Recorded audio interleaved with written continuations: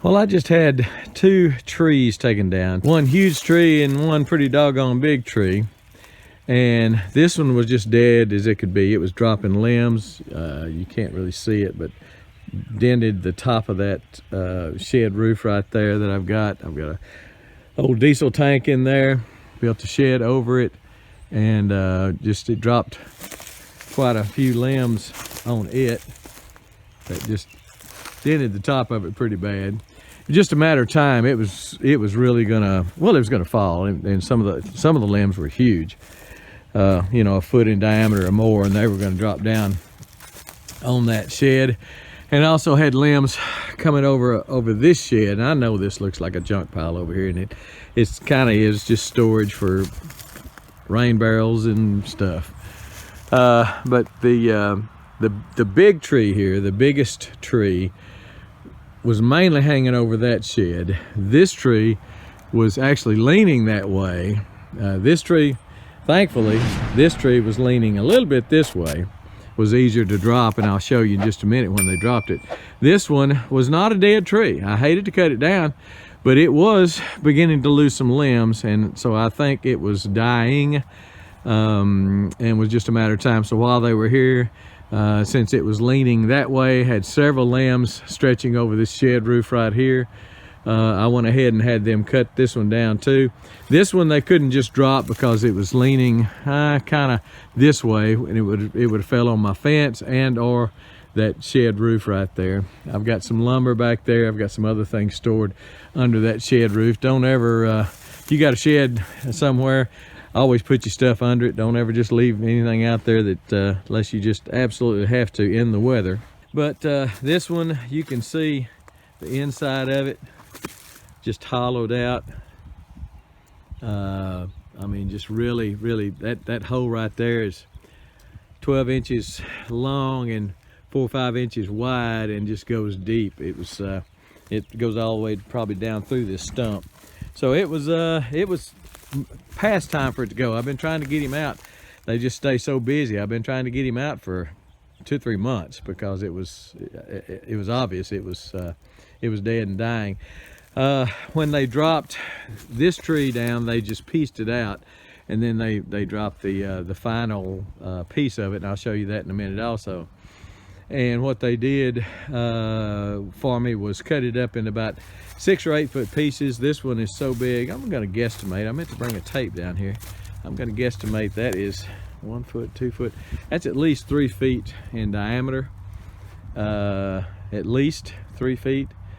And this one is not quite 30 inches, maybe 26, 28 in diameter. So big, you know, pretty big trees. I've got bigger trees than that, but these are pretty doggone big. Massive trunk here going down in the ground. Just, you know, I don't know how many years old, 100, 150 years old. And I'm just losing so many oak trees to that hypoxylon canker, which is going around in Texas. I don't know whether all states in the South have it or whether it's just a Texas thing or what, but it is devastating my oak trees. I'm gonna do a video specifically on that and show you some of the signs to look for, and just show you the devastation of the nice, beautiful oak trees that I really hate to lose. When I moved on this property, I would imagine there were, gosh, I don't know, maybe 50 100-year oaks. Well, they weren't 100-year olds when I moved here. I've been here 40 years, but big oak trees that I have watched grow over the years and are probably now 100, 150 years old. Some of them, like this one here, that I've lost to that, some to drought probably and just stress, but most of it's that hypoxylon canker. And when it hits, when your tree gets under stress is the time, it's like our immune system. When we get under stress, when our immune system is depleted, that's when disease and sickness comes into us too. So same thing with these oak trees. Again, I want to do a video on that just for those that might wonder why all your oak trees are dying. This is it. So, but anyway, they took this down and pieced it up into about 8 foot pieces, where it was manageable for me to carry with my loader and my grapple. I didn't get any video of that, but I came in here and cleaned all this up, and this was just a mess. I mean, for 20 yards around these two stumps was a mess. Still got a few things to pick up. Got to come back down here. It started raining on me. I had to quit, and so I got to come in here and pick up, you know, a few more things. Some of it's pretty close to the fence. I'll have to pull by hand out, pull out by hand probably, but rake some of that stuff out, and then I'll start cleaning up down here. I'll show you the felling of the trees, I believe is the correct way to say that.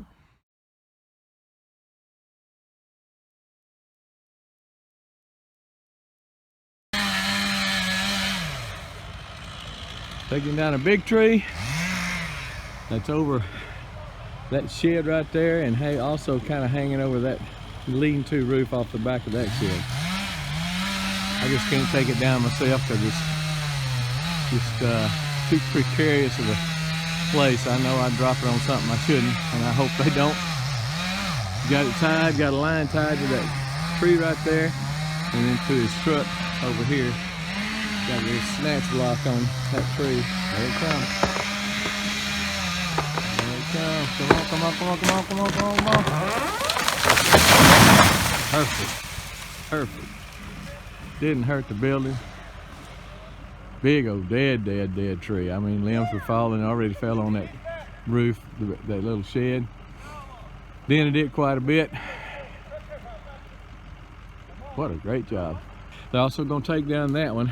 It's not dead, but it's leaning over my stuff, and it is dying. I mean, it's got some places on it that are dead. Limbs are falling, so we're gonna get it too while they're here.